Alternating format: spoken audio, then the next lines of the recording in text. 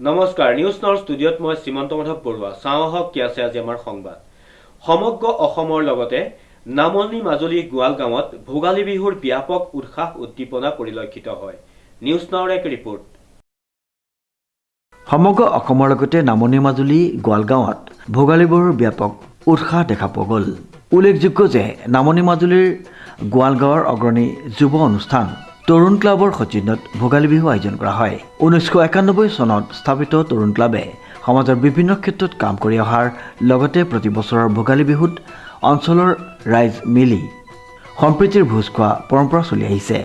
অনুষ্ঠানত পৰম্পৰাগত খেল ধেমালি আশী উত্তৰ ব্যক্তিক সম্বোধনা হেৰাই যাব যোৱা পৰম্পৰাগত ঘৰতে সজা সঁজুলিৰ প্ৰদৰ্শনী অঞ্চলৰ বয়োজ্যেষ্ঠ জনৰ পৰা কনিষ্ঠজনে আশীৰ্বাদ গ্ৰহণ কৰা শিশু আৰু আইমাতৃসকলৰ সম্প্ৰীতিৰ খেল আদি অনুষ্ঠিত কৰা হয় এটা অগ্ৰণী যুৱ অনুষ্ঠান তৰুণ ক্লাবে ভোগালী বিহু উপলক্ষে আজি আমাৰ এই অঞ্চলৰ এই মাজুবিল পথাৰত আমি দিনজোৰা কাৰ্যসূচীৰে খেল ধেমালিৰ আয়োজন কৰিছোঁ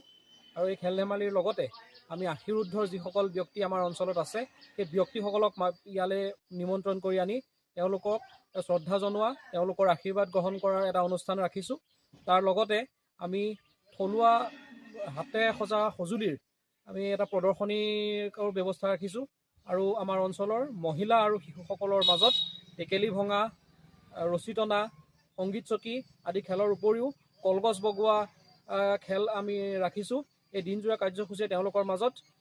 বিভিন্ন সংগীতানুষ্ঠানৰ আয়োজন কৰা হৈছে গতিকে আমি তৰুণ ক্লাবৰ ফালৰ পৰা আয়োজন কৰা এই ভোগালী অনুষ্ঠানলৈ সকলোকে আন্তৰিকতাৰে নিমন্ত্ৰণ জনাইছোঁ ধন্যবাদ